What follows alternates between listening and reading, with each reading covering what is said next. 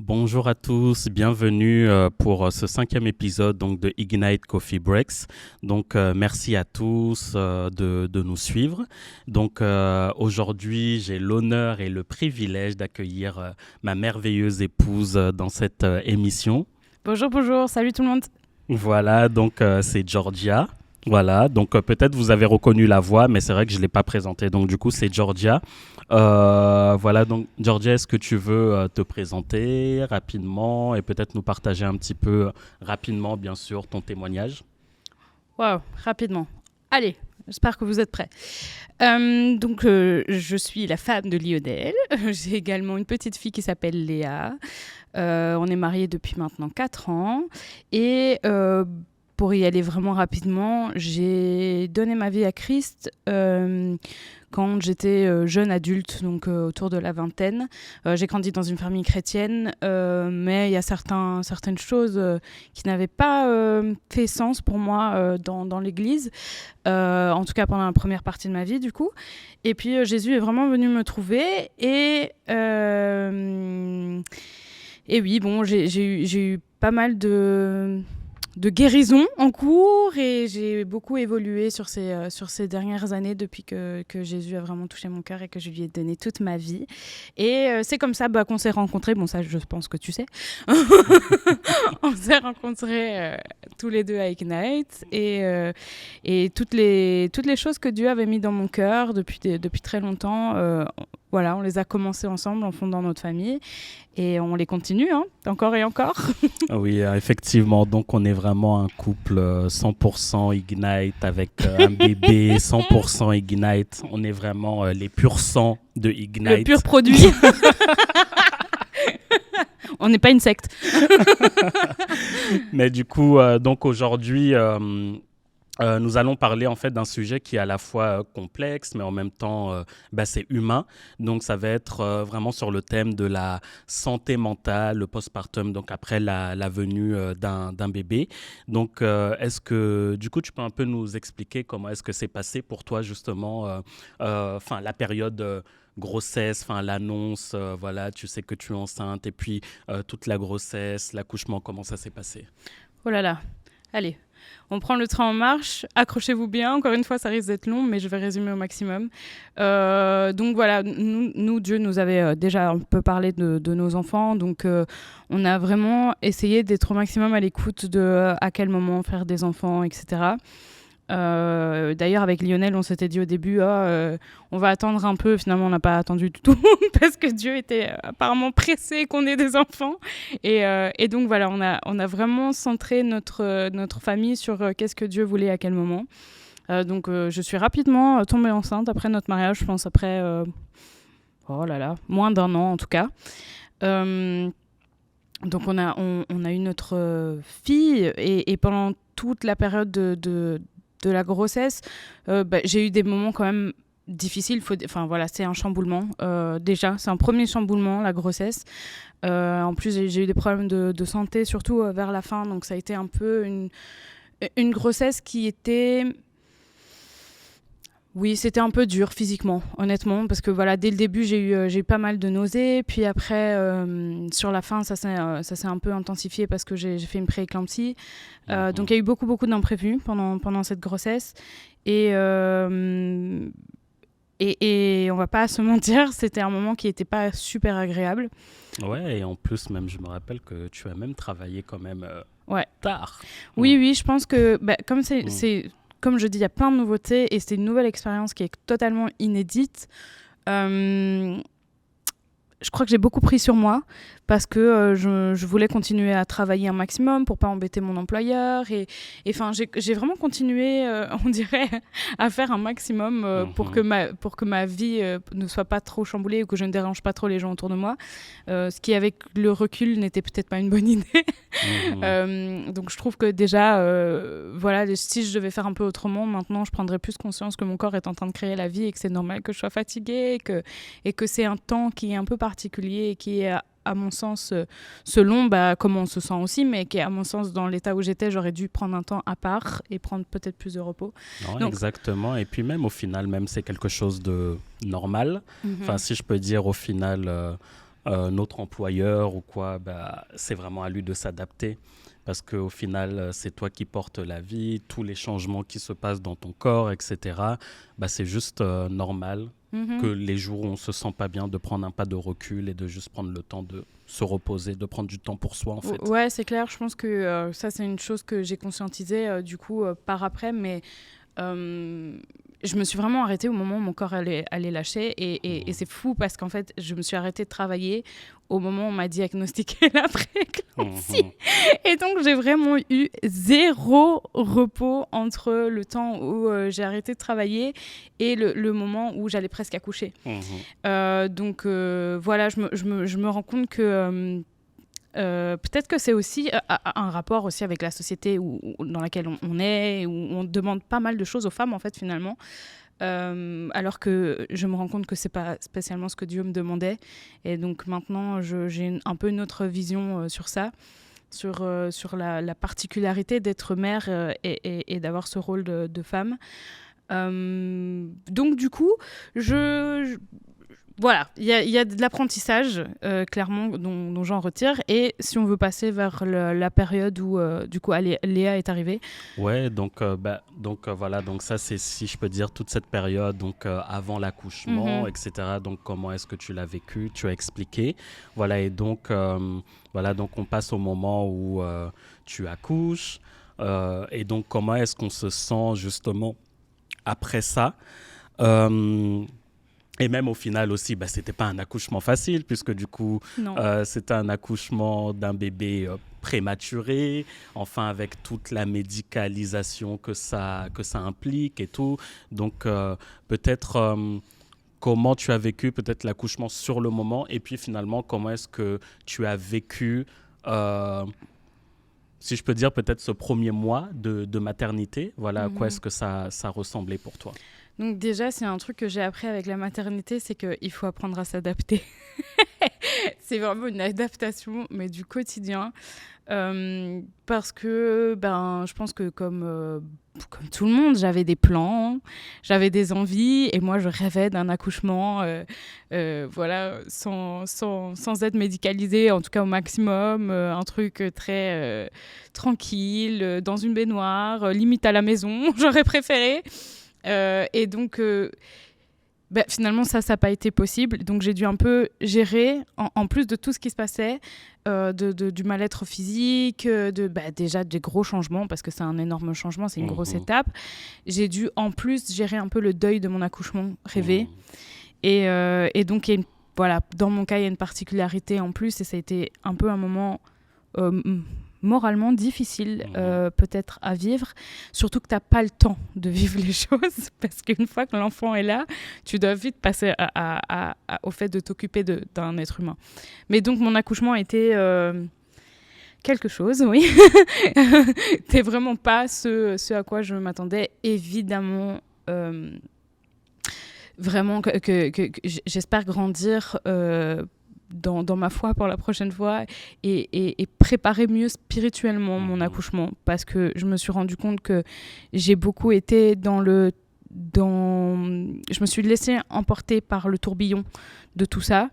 Et maintenant que j'en ai eu l'expérience une première fois, je me suis rendu compte à quel point j'avais pas pris conscience assez de ce que ça représentait, et que maintenant j'ai vraiment envie de préparer spirituellement mon accouchement pour arriver beaucoup plus en paix. Après, je peux pas m'en vouloir, il y avait le rush aussi, hein. Ça a été une période vraiment... Comme tu dis, il y avait tout le rush, fait que tout est arrivé finalement très très vite, parce que je me rappelle que c'était juste une après-midi et puis on te dit c'est bon, c'est le moment où on va vous déclencher, et t'as pas le temps de te préparer. Oui, pour faire un peu clair pour les personnes qui du coup nous écoutent, en gros, donc j'étais à mon 7e mois quand on m'a diagnostiqué comme ça tout d'un coup prééclampsie, et donc c'était vraiment très fort. Donc les personnes qui me suivaient au niveau médical ont eu vraiment peur.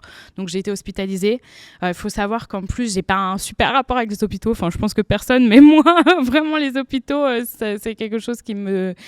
Voilà, qui m'a fait un peu du mal, on va dire ça comme ça. Donc j'avais déjà pas une expérience très top. Et bref, donc je suis restée hospitalisée. C'était beaucoup de soins, beaucoup de tests, beaucoup aussi d'appréhension parce qu'en fait, les médecins, ils disent toujours le pire scénario pour qu'on se prépare. Donc c'était, madame, vous pouvez accoucher dans 3 semaines, 1 mois, comme vous pouvez accoucher demain. Donc il faut vite se faire à l'idée que tout peut se passer à n'importe quel moment. Donc voilà, c'est vrai qu'il y avait cette particularité-là. Et donc, en tout cas, pour mon accouchement, en dehors de la douleur, parce oui, voilà, j'ai eu des choses médicales qui faisaient qu'on n'a pas pu me donner la péridurale, etc. Et en fait, finalement, voilà, c'est pas que je la voulais tellement, mais je souffrais parce que ça faisait déjà 1 mois que j'étais à l'hôpital. Enfin, voilà, sûr, bref, oui, il y avait toute la fatigue. Une accumulation aussi. C'était une accumulation. Donc, oui. c'était un accouchement qui, on va pas se mentir, n'était pas facile. Voilà, en plus de la douleur, il y avait vraiment tout ce truc où il faut vite s'adapter à ce qui est en train de se passer. Mais, gloire à Dieu, pendant que j'étais en train d'accoucher, j'ai senti Dieu à tout moment près de moi. Et je me suis pas sentie complètement seule. C'était dur physiquement et émotionnellement. Mais je sentais sa présence. J'avais l'impression, et j'avais même des visions pendant l'accouchement. J'avais l'impression que quelqu'un se couchait sur moi. C'était pas une mauvaise chose. Et je me souviens être dans la douleur, que vraiment, c'était une douleur inédite, quoi. Je veux pas faire peur aux personnes qui vont accoucher, vraiment. Je crois que Dieu peut vous donner une expérience magnifique de l'accouchement, mais voilà, je parle de mon expérience. La douleur était quand même presque insoutenable, et donc j'arrive à ce stade où je n'en peux plus, et là je me souviens m'être dit au fond de moi: Seigneur, est-ce que t'as eu mal comme ça quand t'es mort? Est-ce que c'est ça, mourir? Et genre, je me souviens quand même, c'était drôle parce qu'au milieu de tout ça, je pensais vraiment à ce que Jésus avait souffert au moment où il est mort. Et enfin, c'est un parallèle qui est peut-être pas juste en soi, mais à ce moment-là, c'est vraiment à ça que j'ai pensé. Genre, Seigneur, waouh, t'as quand même enduré une douleur qui sans doute se rapproche peut-être qu'un petit peu de ce que je suis en train de vivre maintenant. Donc voilà, ça c'était l'expérience de l'accouchement. Après, une fois que Léa est née, il y avait cette particularité que c'était un enfant prématuré. Donc on a vécu un peu une séparation un peu rapide parce que dès qu'elle est née, ils ont dû la prendre. Normalement, voilà, pour les personnes qui n'ont peut-être pas l'expérience des enfants, normalement, en général, maintenant, quand on accouche, on met direct le bébé sur la maman pour qu'il y ait aussi le contact peau à peau et que le bébé puisse se sentir rassuré auprès de sa maman, qu'il y ait aussi la lactation qui se mette en route. Et donc, généralement, les premières heures, on les passe avec le bébé sur soi. Et donc, moi, c'est un moment que j'avais hâte de vivre. Et finalement, j'ai pas pu le vivre parce qu'il a fallu s'assurer que Léa allait bien. Donc, du coup, elle est vite partie dans le service de néonat. Après, elle n'était pas mal. Elle était avec son papa. Ils ont pu faire du pot à pot. Voilà, j'étais quand même rassurée que toi, tu puisses prendre le relais. Mais c'est un moment quand même pas super agréable, quoi. Non, c'est certain. T'as envie d'être avec ton enfant. Surtout que je suis restée très longtemps toute seule parce que je suis restée à peu près 6 heures sans voir Léa après avoir accouché. Et donc, c'était un peu particulier comme moment et j'aurais préféré être avec elle. Mais donc, il y a déjà ce premier truc où voilà, t'as envie d'être avec ton bébé et on te l'enlève. Et puis après, le bébé n'est pas dans ta chambre. Tu dois aller, toi, dans la chambre de l'enfant. Puisqu'effectivement, du coup, elle est restée quelque temps sous couveuse. Et donc... et même au final, même pour la porter. Bon, après, on doit dire franchement que dans le service, ils étaient vraiment super. Et que même, ils nous donnaient finalement l'occasion de beaucoup la prendre, etc., de la changer. Mais c'est juste qu'il faut s'adapter au début. Et puis aussi, comme elle était très, très, très, très, très petite aussi, au début, tu ne sais pas trop comment la prendre avec tous les tuyaux et les fils, etc. Donc, c'est vraiment tout un apprentissage qu'il faut mettre en place, du coup, qui n'est pas comme, si je peux dire, avec un accouchement classique. Voilà. Donc, Ouais, et c'est quand même un peu... Nous, Franchement, vous voyez, là, on vous raconte tout ça, mais à chaque fois, je vous dis, il y avait de la grâce, il y avait tellement d'amour de la part de Dieu, parce que moi, j'ai vu d'autres bébés en néonat, et je sais que Dieu a été là, parce que Léa, elle allait super bien. Même pour un bébé qui était tout petit, elle faisait 1,8 kg, elle était minuscule, elle faisait quoi, 30 centimètres? Non, j'exagère, mais 35 peut-être. C'était un bébé plein de force, plein de vitalité. Elle n'a pas eu de problème vraiment très longtemps. Elle avait juste des petits soucis respiratoires les premiers jours et puis c'est tout. Et même ça, c'était vraiment par précaution. Voilà, et c'est vrai qu'elle a vite pris du poids, etc. Et qu'au final, ça a été quand même bien vite. Voilà. Ouais. Et d'autres enfants, c'est vrai, qui étaient là depuis des mois et des mois. C'est vrai qu'avec elle, au final, oui, les choses ne se sont pas passées comme on voulait, mais quand même, c'est allé vite. Oui, et puis, elle n'est pas restée en couve aussi longtemps que ça. Maintenant, néanmoins, ça restait quand même quelque chose de pas facile de voir son bébé en couveuse, tout le temps branché, qui devait manger avec des sondes, etc. Donc, maintenant que vous connaissez tout le background et aussi la particularité du commencement d'être parent dans notre situation, d'office, ça a été des petites embûches de plus, on va dire, pour le postpartum, quoi. Je sais pas si tu veux qu'on switch sur le postpartum. Bien sûr, mais du coup, tu peux nous en dire plus, justement, toi, comment est-ce que tu as vécu les choses? En fait, je me rends compte maintenant Parce que j'ai... peut-être même une question, est-ce que du coup, tu as plus ressenti, si je peux dire, ce problème du postpartum quand on est rentré à la maison, ou est-ce que tu le ressentais, par exemple, déjà à l'hôpital? Non, franchement, déjà à l'hôpital, je faisais la réflexion récemment, j'ai une amie qui a accouché, et je me suis rendu compte que je ne l'avais pas assez préparée pour le postpartum, parce qu'en fait, on pense tellement à l'accouchement, l'arrivée du bébé, que parfois, et c'est pour ça que je trouve ça bien qu'on fasse ce podcast, on ne parle pas assez du moment du postpartum. C'est quand même très, très spécial, très spécial. On vient de vivre un truc qui est hyper chamboulant, qui souvent s'accompagne de douleur. On vient de vivre un truc, on a l'impression qu'on sort de la guerre, quoi. et on se sent dans un état qui est complètement inédit. Et là, dans cet état-là, un peu où tu te sens une ruine, tu dois apprendre à t'occuper de quelqu'un. Et en plus, c'est apprendre à t'occuper de quelqu'un tout de suite. Tout de suite. Et il n'y a pas de pause. Il y a pas de pause entre les deux. Je me souviens quand j'ai accouché, je me suis dit, mais j'ai tellement d'honneur pour toutes les femmes qui font ça. Enfin, comment, waouh. Enfin, vraiment, c'est un truc de fou d'accoucher. Et en plus, de passer direct au moment où tu t'occupes de l'enfant. Donc, il y a déjà cette difficulté-là qui est présente, mais en plus, il faut parler du corps. Le corps, il en prend un coup. C'est une réalité. Notre corps, il est crevé, et à juste titre. Et je trouve que peut-être d'autant plus dans notre société occidentale, tu peux te sentir toute seule, quoi. Et je me souviens de moments où t'es partagée entre ce truc de je suis trop heureuse de vivre ça, d'avoir mon enfant, de la découvrir, je suis très contente, très excitée, et parfois ça se passe même pas comme ça pour certaines personnes, mais voilà, là je parle de mon cas, mais je suis trop heureuse de rencontrer ma fille, mais en même temps pardon pour le mot, mais je me sens déglinguée, quoi. Je me sens crevée. Chez nous, la lactation s'est pas passée comme on pensait non plus. Du coup, j'ai pas pu allaiter. Il y a des trucs comme ça, des gros coups durs parfois qui tombent, le manque de sommeil. Au début, tu tires énormément ton lait, ou tu fais téter énormément le bébé, donc ça veut dire toutes les 2 heures, toutes les 3 heures. Enfin, c'est quand même un gros truc dans lequel t'es pas préparé. T'es pas préparé à vivre ça. Et je trouve que ce qui est un peu particulier aussi, c'est que je sais pas comment exprimer ça. Je veux pas exclure les hommes, parce que les hommes, c'est aussi quelque chose pour vous, bien sûr. Mais c'est comme où il y a un peu un danger de basculer sur un truc où on se comprend pas. Parce qu'en fait, nous les femmes, on est en train de vivre un truc et vous vivez un autre truc. Et c'est comme si on se sentait pas comprise dans ce qui était en train de se passer, parce que nous, on a ce truc physique. et psychologique, parce que la descente d'hormones, tu pleures toute la journée, quoi.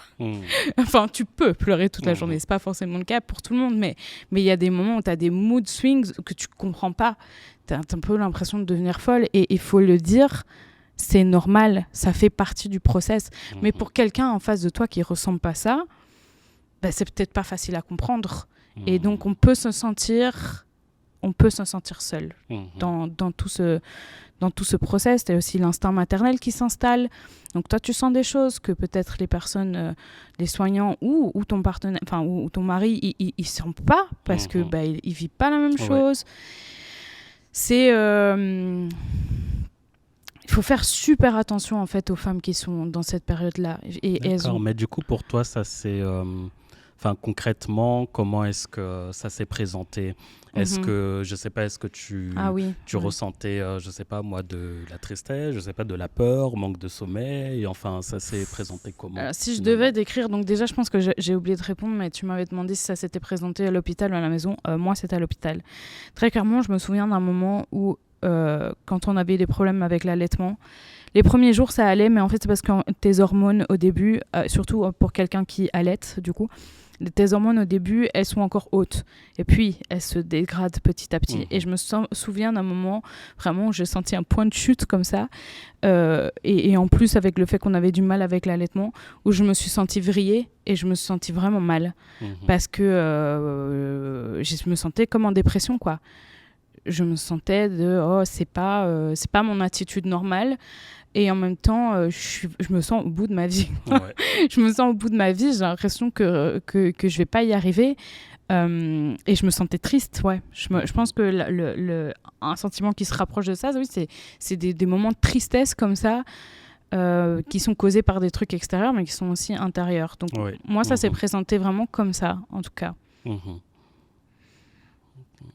Et mais du coup, est-ce que tu as eu quand même le sentiment que les personnes autour de toi, que ça soit, je sais pas, les sages-femmes ou peut-être par la suite, après, d'autres mamans ou la communauté, est-ce que tu as eu le sentiment quand même qu'il y avait comme un soutien ou un accompagnement ou quelque chose qui t'a aidé?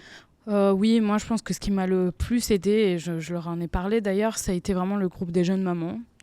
Parce que ça a été un espace où j'ai pu m'exprimer et où j'ai pu me sentir rassurée que ce que je vivais, c'était pas un truc qui ne me touchait que moi, mais que c'était un truc vraiment à propos du postpartum et du fait que voilà, on devient maman et qu'il y a des choses qui arrivent avec ça. Donc avoir cet espace de parole, c'était hyper important. Maintenant, moi je pense que dans mon cas, j'ai peut-être pas, et c'est comme avec la grossesse, mais ça va changer du coup, j'ai peut-être pas mis des mots correctement sur ce que j'étais en train de vivre. Et maintenant que j'ai plus de recul, je pense que je pourrais plus demander de l'aide par rapport à comme je l'ai vécu sur le moment. Donc je pense que c'est très important en fait d'être entouré de jeunes mamans qui sont très vulnérables et qui vont dire la vérité. Parce que des fois, je crois que les mamans, on veut trop garder bonne figure, mais il faut dire la vérité. Oui, mais c'est vrai. Hein. Et je pense même que quelquefois, peut-être des fois, les hommes... je parle pour moi, un homme noir, d'origine congolaise et tout, où finalement, nos mamans, elles accouchent. Quelque temps après, elles reviennent à la maison et tu as un peu ce sentiment que tout va toujours très, très, très, très bien et que finalement, tout ce qui est postpartum, on a un peu le sentiment genre c'est un truc de blanche parce que, entre guillemets, elles ont le temps de penser à ça. Mais en fait, c'est vrai que c'est une réalité. Et comme Georgia vient de le dire, en fait, c'est que c'est important finalement de parler avec les personnes qui vont te parler des vraies choses et de te parler de la globalité de la grossesse. Donc, bien sûr que c'est une bonne chose, mais il y a aussi, si je peux dire, d'autres choses qui sont forcément moins agréables. Mais ça n'enlève pas le fait que on apprécie le fait d'être parent, bien sûr, mais on sait aussi que, par exemple, être parent, ça veut dire, par exemple, manque de sommeil pour un moment, etc. et tout ce que ça implique, quoi. Donc, c'est vrai que c'est important de tout partager. Ouais, c'est super important de pouvoir avoir cet espace de parole où on est vrai et pas où on prend sur soi. Parce que je comprends tout à fait. Moi, je me souviens m'être dit, oh là là, mais pourquoi personne ne m'a jamais parlé de ça? Pourtant, il y a des femmes autour de moi. Mais en fait, juste cette habitude de prendre sur soi et d'être chacun dans son coin, je trouve ça un peu dommage. Parce que vraiment, moi, le fait d'avoir eu des femmes autour de moi qui étaient hyper ouvertes sur ce qu'elles vivaient, ça m'a déculpabilisée aussi. Et ça m'a fait me rendre compte que ce que je vivais, c'était OK, c'était normal. Et que j'avais pas à le vivre toute seule, en fait. J'avais pas du tout à vivre ça toute seule. Et que j'avais le droit de demander de l'aide. Super. Mais du coup, je me pose la question, alors, peut-être... donc, c'est bien parce que tu as vraiment parlé de l'importance d'avoir une bonne communauté autour de toi. Mais je me pose aussi la question, peut-être en tant qu'église, comment est-ce qu'on peut aider finalement les mamans, si je peux dire, à se sentir bien dans la communauté, mais qu'elles puissent aussi juste être à l'aise, tu vois, de parler de toutes ces choses-là finalement, sans les jugements, sans toutes ces choses. Comment est-ce qu'en tant que leader d'église, on peut se positionner? Alors, c'est un long topic. Je vais essayer de raccourcir, mais je pense que pour moi, ce qui est essentiel, c'est d'avoir un cœur un peu empathique et essayer de se mettre à la place de la jeune maman. Parce que très souvent, et c'est super bien intentionné la plupart du temps, les gens veulent aider, ils veulent faire ça, et alors chacun à sa manière, avec sa culture ou avec ses habitudes ou sa culture de famille, peu importe, va vouloir un peu... te donner des conseils ou t'aider ça, ou te dire attends, je te prends ton bébé. Et il y a des choses qui sont super, mais en fait, pourquoi vous ne demandez pas à la maman qu'est-ce qu'elle a besoin? Et puis, j'ai eu tendance à observer que parfois, il y a pas mal de jugements en fait, sur comment la maman s'y prend ou qu'est-ce qu'elle devrait faire. En fait, je trouve que ça n'a pas la place... tu ne sais pas du tout ce qui est en train de se passer là, en ce moment. Moi, je connais des mamans et c'est totalement OK. Vous inquiétez pas, les mamans. Si vous sentez ça, Dieu va vous renouveler un moment. Mais il y a des mamans qui vont dire, moi, je ne peux plus entendre mon enfant pleurer. J'ai envie, désolée, hein, je vais dire des vrais mots, j'ai envie de le tuer parce que je veux que ça s'arrête. Et quand vous voyez une maman débordée qui a l'air énervée, plutôt que de juger la personne, pourquoi vous lui demandez pas ça va, tu veux, attends, est-ce que je peux t'aider d'une manière ou d'une autre, et sans être oppressant, vous voyez, avec douceur, doucement. Vraiment, la plupart du temps, les mamans, et je veux pas dire que tous les conseils sont mauvais à prendre, hein, mais très souvent, la première chose qu'on s'empresse de faire, et c'est souvent les femmes qui font ça, j'ai l'impression, c'est direct arriver et donner plein de conseils, blablabla, tu dois faire ci, tu dois faire ça, tu dois faire comme ci, tu dois faire comme ça. Et personne ne se demande comment va la maman. Genre, pourquoi vous ne posez pas les vraies questions? Non, c'est vrai. Et puis même, des fois, en fait, au final, c'est souvent avec les mamans qui ont un premier enfant. Donc, c'est vrai que finalement, tu apprends aussi. Oui, tu apprends. C'est ton premier enfant. Ouais, tu exactement. ne sais pas forcément comment faire. Tu fais en tout cas du maximum que tu peux. Oui, tout à fait. Et c'est vrai que c'est mieux d'avoir, si je peux dire, des conseils qui édifient plutôt que des conseils exactement. qui jugent. Et puis ton enfant, en fait, l'enfant de cette jeune maman n'est pas comme ton enfant à toi. Donc tu peux donner des est-ce que tu veux que je t'aide, ou est-ce que tu as besoin que je te donne un conseil? Voilà, le prendre plus comme ça que je sais, donc je te dis comment tu dois faire. Non, moi par exemple ma fille, les gens je sais pas, prendre un exemple. Ma fille, c'est un bébé que je prenais beaucoup dans mes bras, moi, parce qu'elle avait besoin d'être rassurée, parce qu'elle a eu aussi une expérience où on lui a enlevé sa maman d'une certaine manière. Et donc, peut-être aussi dans son caractère, c'est un enfant qui a besoin d'être beaucoup rassuré. Et donc, je la prenais tout le temps dans mes bras. Elle était tout le temps sur moi. Et je me souviens, et c'était sans doute bien intentionné, hein, mais je me souviens de gens qui me disent: ah, mais c'est bon, il faut aussi la lâcher, hein, parce que sinon elle va s'habituer, hein, nanana. Mais en fait, vous savez pas. Vous savez pas. Moi, je connais mon enfant. Si là, elle pleure ou qu'elle demande quelque chose, laissez-moi faire, en fait. Et je trouve que pendant toute cette période où toi, déjà, tu es en train de te construire, tu es en train d'apprendre, tu apprends comment est ton enfant. C'est comme tu dis, c'est nouveau. tu as des difficultés peut-être physiques, mentales. Et en plus, toute cette pression que les gens viennent te mettre, moi je me souviens d'inconnus dans la rue qui m'arrêtent et qui me disent comment je devais faire. Enfin, c'est trop. Ayons de la grâce, bon sang. Surtout dans nos communautés, soyons doux avec les mots et pas s'empresser comme ça de je sais. Donc comme je sais, je dois te passer tout mon savoir. Mais non, tu connais pas ma fille, tu me connais pas moi, et toi et moi on a le droit d'être des mères différentes. Et ça, par exemple, c'est ça que je veux dire. Je ne dis pas que tous les conseils sont mauvais à prendre, on m'a donné des super bons conseils, mais c'est un positionnement que dans le groupe des jeunes mamans on avait et qui m'a fait du bien. Je me suis jamais sentie sous pression de devoir faire comme ça pour bien faire. Et c'est ça vraiment où j'essaye de le communiquer.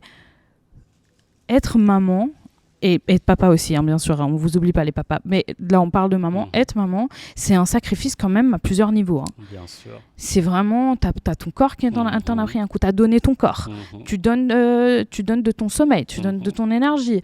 Enfin, voilà, surtout dans la première année. Bien sûr. C'est un sacrifice déjà qui en demande tellement.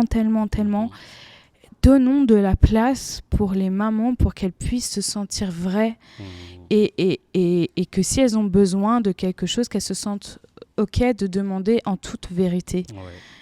Et pas juste en il faut, c'est comme si, c'est comme ça. Non. Moi, je me souviens, par exemple, je vais prendre un exemple qui fâche, mais si la maman veut pas de visite à l'hôpital, respectez s'il vous plaît.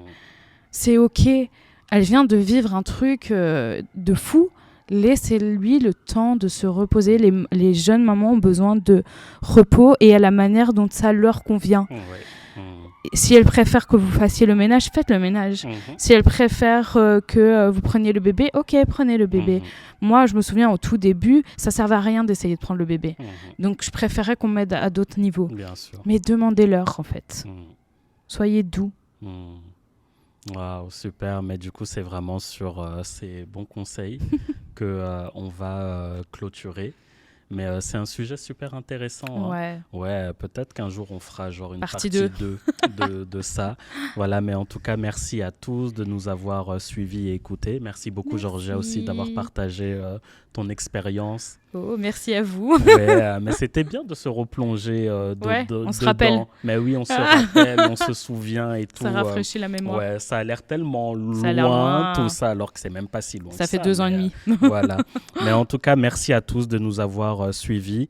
Et donc, au cas où aussi vous avez des questions, n'hésitez pas. Pour les mamans, peut-être, n'hésitez pas à aller vers Georgia, vers Marie-France ou vers d'autres mamans. Voilà, si vous avez des questions, si vous souhaitez avoir des conseils. Voilà, donc juste un grand merci à tous de nous avoir suivis et on se retrouve très bientôt pour un nouvel épisode de Ignite Coffee Break. Ciao, ciao!